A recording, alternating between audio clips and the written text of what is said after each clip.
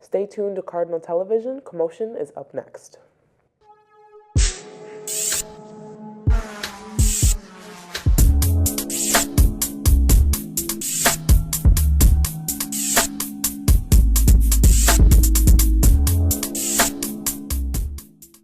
I'm your host, Elena, and tonight we're doing things a little bit differently. Two teams of two will go head to head debating three hot topics. Each team will have a chance to present their argument, offer a rebuttal, and make a final case. At the end, I will declare the winner based on the strength of their arguments and delivery. The winning team will get 30 seconds of FaceTime to talk about whatever they want. Before we get started, let's meet our teams. Hey guys, I'm Ari. Okay. I'm Dominique. All right, team number two. I'm Brandon. I'm Isaac. Alrighty. Our first topic, the resurgence of 2000s fashion. From low-rise jeans to tiny handbags, the Y2K aesthetic is everywhere. But is this just a nostalgic fad or a cultural shift? Who would like to begin? I think we'll begin. All right, team number two, go ahead. We think the Y2K trend is becoming a cultural shift in this decade. If you look at all the Instagram posts and all the pictures around the internet, you'll see a lot of people going for more of the baggy look, more of the old-fashioned look, and just an example of that are the cargo pants. Those are making a resurgence. We got trucker hats, the older hats. Those are also making a resurgence back in everyday social media and pictures and things of that nature.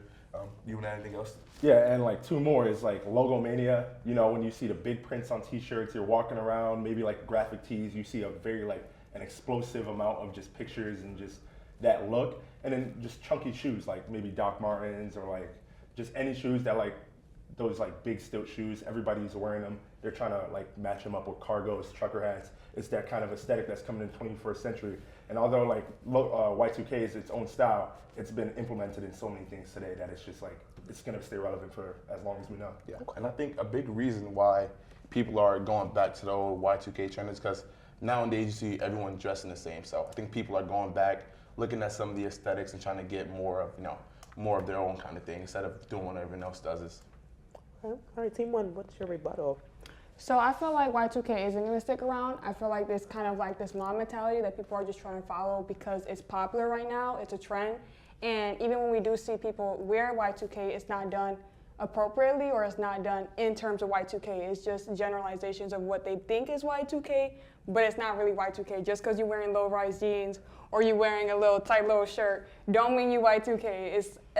It's considered as an aesthetic and it's not really being deemed as a real genre when it really is. It's based on historical components. You see this in the 2000s, early 1990s, and even what you just said, graphic tees, that's not really Y2K, that's like streetwear. You're lumping in multiple different genres into one, and it's not being done appropriately in a way that's generally Y2K. It's just being deemed as it is because people, they have this fantasy or they have this idea of what Y2K is because it's being treated as an aesthetic, and it's not generally being treated as a fashion genre.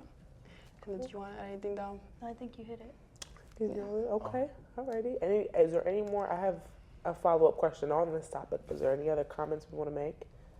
I feel like off what Ari said is, I feel like in the 21st century that you can't really bring everything as it is because we're gonna keep growing as a society. That's why Y2K is being implemented in little small fabrics. You can't bring everything back because that was the style back then, and we have new things, new wants, new perspectives of what it is now. It may not be as it may not look as appealing as it is now because now we have certain things where you're now looked a certain way based on how you dress. That's why you have to implement little small things that bring back the past, but also rewrite your own thing because we're in a new generation and we're new minds. Okay, all right, I can respect that. All right, we're gonna move to the next question, okay? In your perspectives, which elements of the 2000s fashion will stick around and which ones will fade again? We're gonna start with team number one this time. So I feel like bell bottoms or low-rise jeans is something that's gonna continuously be a thing just because it's one of those fashion trends that will die down but will come right back up again and again and again. And even with bell bottoms, I just feel like we've seen those in multiple generations, in the 60s, 70s, 80s, 90s, even up till now to 2000s. So I definitely feel like that's something that's not gonna go away.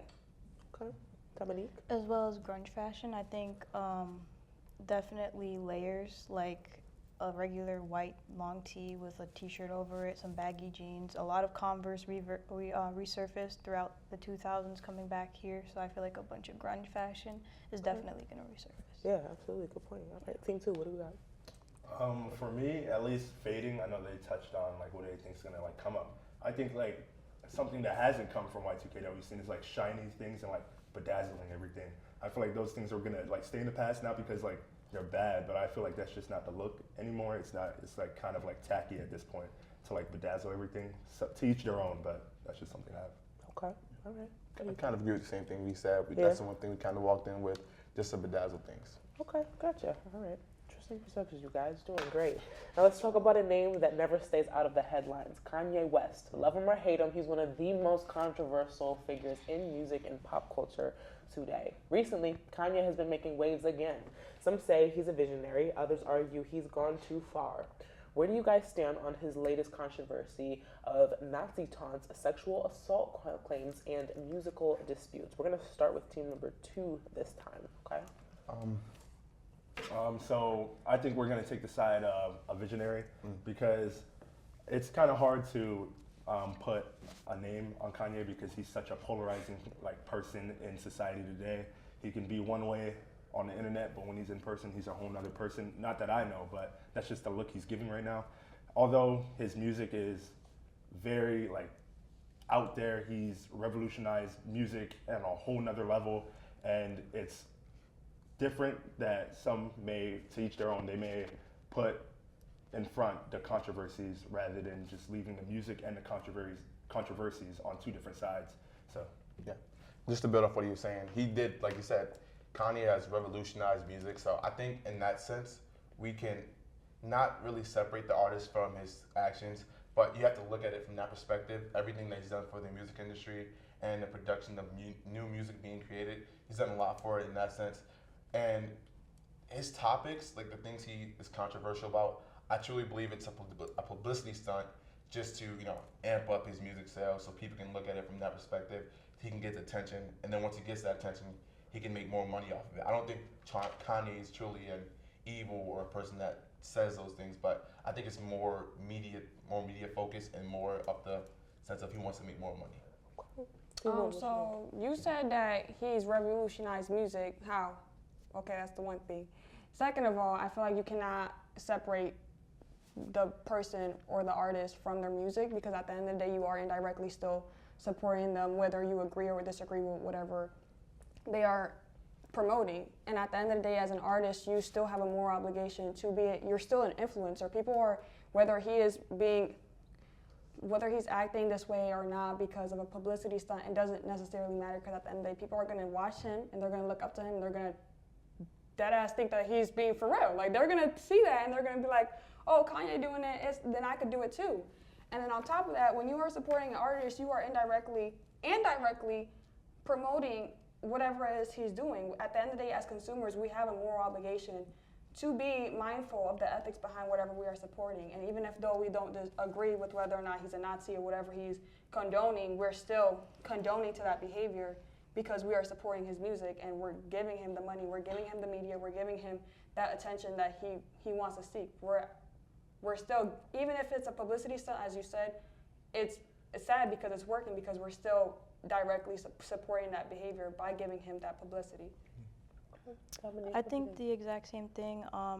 I feel like Kanye's music is basically a reflection of his self-expression, his complexities of his identity, like redemption, all of that, his personal beliefs and actions, and to say that it isn't, I feel like that contradicts everything because in this sense, his music is not only seen as just like entertainment, but it's also seen as like a reflection of his personal evolution as a person with his identity, but also like the contradictions that go with that. And to ignore that, I just feel like it would just ignore the full complexity of like the artist and his work. You are the artist, you're tied into your work. Without the artist, there is no art. Okay, all right. Very powerful from both sides. And I'm going to kind of feed off of it a little bit with my next question. Does the media give too much attention to celebrities like Kanye, or is the public responsible for keeping them relevant? We're going to go back to team number 2 over here. Right. So for me, at least, I feel like the social media definitely amplifies everything. I feel if Kanye didn't have the platform he was, it would just be another hot topic for the day, and then it would just go, it would just leave in a week. But with Kanye, he's been someone who's obviously, like I said, revolutionized music, and he's had his music long-standing for so long that people can listen to.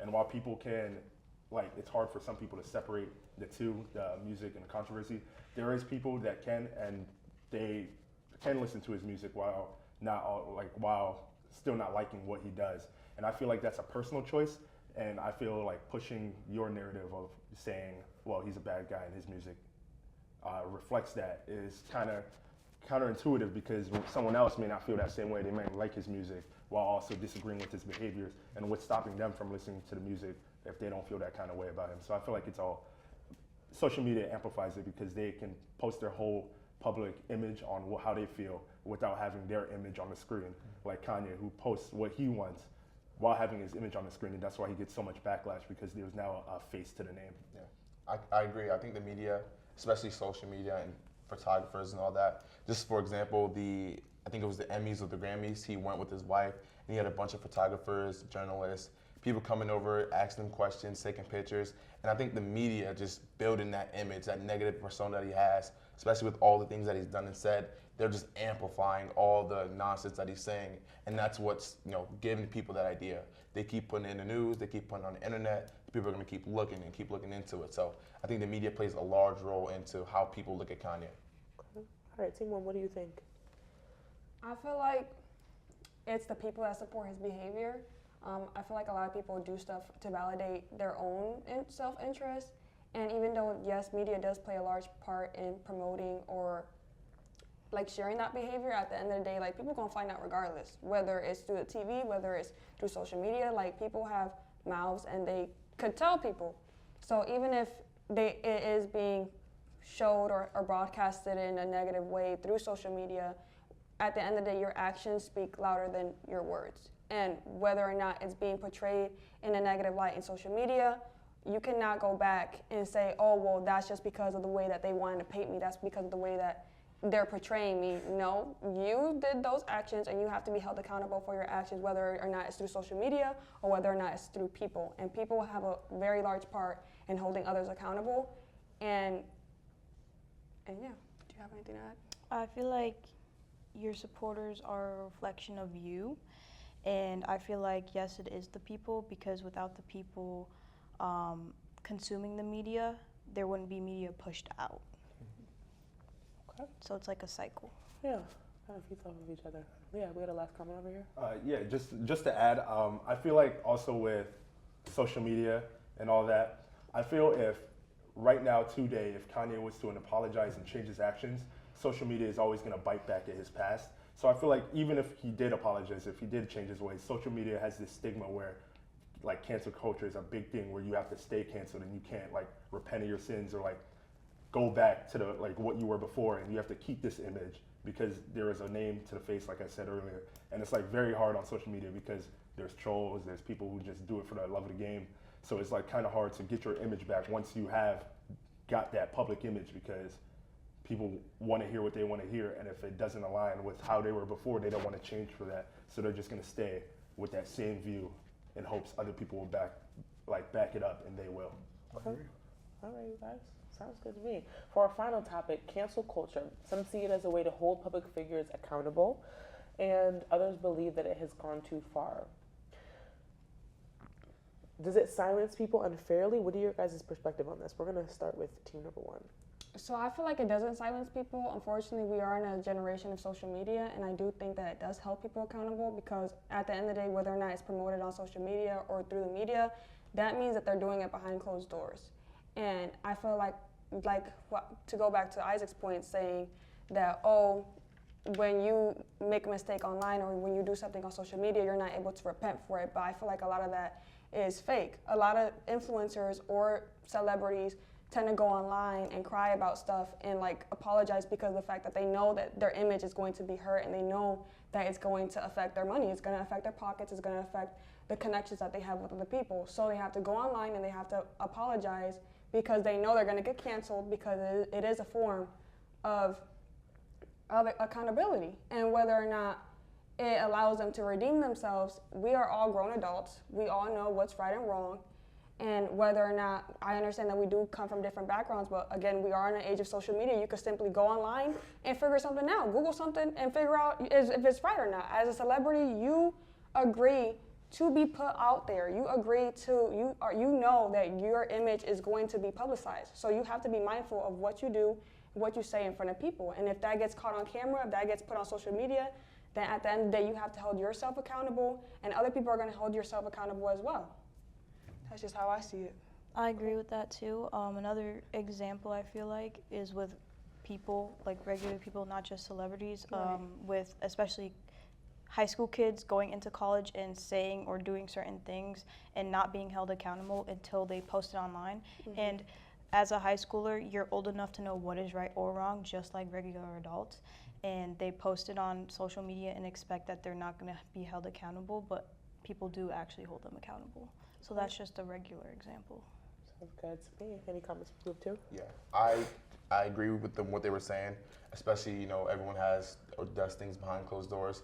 But when it comes to particularly younger people and even people in general, a lot of people can be, you know, unintentional with their mistakes. So I think a big thing that we focus on is just giving people grace, especially like younger people. I know you brought up high school students. They can make a, you know, slight, you know, racist remark that they didn't know could offend someone or could, you know, hurt someone. You know, they could do that unintentionally. And if we don't allow them to forgive themselves, to, you know, say that they're sorry and just, you know, go out and cancel them, I feel like it can, you know, hide that the fact that they wanted to, you know, be forgiving, you know, the fact that they wanted to make the wrongs right, you know. And I feel like in social media, it's like a mob justice where it depends on how the person feels that day, if they're going to agree or not. And it kind of like doesn't leave room for growth because now people are mobbing up and choosing whether or not they like it this day. For example, like we were just talking about Kanye. There's many times Kanye's been canceled and he's always like springing back up with these big line topics because people like always go to it. Tyler, the Creator, he just like disagreed with Kanye recently, but back in the past with all his controversies with like how people viewed him, Daniel Caesar, Steve Lacy, Frank Ocean now, there's so many people that just constantly get their names brought up and they don't get officially canceled because some people like them and the other people don't, and it kind of depends on the people. And I feel like one thing I always bring up is we always gossip more than pray, and it's always a known factor where we can judge the people for what they've done, but we never want to pray and like help them get out of it. We just want to shun them to a cage and hope that they can learn from their mistakes. But as soon as they try and get out of the cage to like change how their whole life, it's like they're being shunned and like spit and thrown rocks for even trying to come out of the cage because we put them in that cage. So I feel like it's a whole different thing with social media, with this mob justice, that we have to enforce the law while others' views don't matter. Okay. Sounds good to me, you guys. This is really great. Is cancel culture necessary for progress, or is it a dangerous form of mob justice? So I want to start back here because you made a couple of good points about like how it affects the person or, you know, who's trying to become better. Elaborate a little bit more. Do you think it's effective? I feel like it's definitely necessary to at least show the person that need accountability. Ari brought up a great point that some people may just do it for the love of the game just because they see their deals are going down, which I think is very true. But I feel like if you try and assume that they're doing it for that sole purpose, for just that reason, you're kind of like doing a disservice to them and their character, because even if they were lying or if they weren't, you don't know that. And like I said, you want to pray for them and at least give them the chance to, you know, repent for like what they did, because it's not up to you whether you believe or not they're going to do it. If they do it, shoot. If they don't do it, shoot. Like at the end of the day, you can get off social media and not look at their page and still go about your day doing whatever you want. And I feel like you just have to leave it up to the person and God to figure out how they're going to repent of their sins and what they're going to do as their next step. Okay. I agree. I think the mob culture is a little too toxic, like everything he was saying. If you don't give them a chance to at least try to apologize, forgive themselves, then we'll never get anywhere. I think that. I do agree with the fact that like trolls can be very toxic. However, I feel like with cancel culture, it's kind of half and half. You have those trolls, but it's also majority of people who get canceled. They come online, they start crying. They don't actually ever apologize, and when they do, there's not really any way to fix it. Like an example of this is, I think it was a TikToker named Isabella, if she went on TikTok, said the N-word. She said it multiple times, actually. She came on to TikTok and started crying and apologized, but there was never actually any actions to actually fix it. When you make a mistake, you have steps, you have a plan to make a plan to fix and apologize and fix everything, but majority of the people who get canceled do not fix it. They don't have a plan. They never find resources for if they do hate speech or anything, or they never have a plan to be like, hey, this is my mindset and I'm gonna change it, or this is my plan and this is how I plan to execute all of this. It's usually just crying and apologizing. Yeah, and then getting back to Isaac's point about saying that it's toxic, I feel like that also has to do with like the whole entire first debate topic that we talked about. Whether or not, like, can you separate the art from the artist? And I feel like a lot of people aren't held accountable through cancel culture because people continuously support the artist. So you can't necessarily cancel someone because at the end of the day, they're still making profit, because people don't support somebody's actions, but then will still go and support their music, go to their concerts, and, you know, support them indirectly and fill them money in their pockets, which is why a lot of people don't correct their behavior. And they just keep on repeating the same mistakes. They'll say, I'm sorry, I'm sorry, I'm sorry, but then they'll redo it. So I do feel like cancel culture is necessary in order to hold people accountable, because when you hold people accountable, you're hitting where it hurts, you're hitting their pockets. And if the media is making it so they're perceiving a celebrity or whoever it is in a negative light, people are not going to want to associate with somebody, especially when it comes to like issues like racism, sexism, homophobia, because you just outed yourself. You just outed the fact that you're sexist. You just outed the fact that you're racist because you're going online, you're saying the N-word, and then you're continuously doing it while apologizing and then not fixing it. When you apologize, I'm sorry, I'm going to fix it, it's not going to happen again. You don't apologize and then redo it and then go back on social media and be like, oh, never mind, like, guys, like, you know, I'm just human, we all make mistakes. That's not what that's not how that works. If you're going to apologize, it needs to be something genuine, and unfortunately for a lot of celebrities, that's not the case. They sit here, they cry online, they cry on social media. For example, Jeffree Star. Let's talk about it. That man has said so many offensive stuff, not only to black people and other minorities, but he's also come at the trans community, a community which he is also a part of. He's a gay man. He's LGBTQ plus community.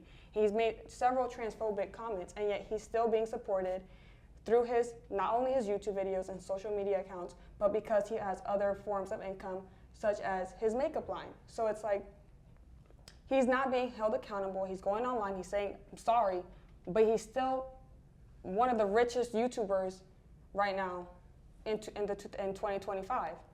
So it's like, I do think that social media is a great way to hold celebrities and artists accountable. Otherwise, they're not going to change their behavior, because unfortunately, they don't listen until it hurts them, and it's usually through their pockets.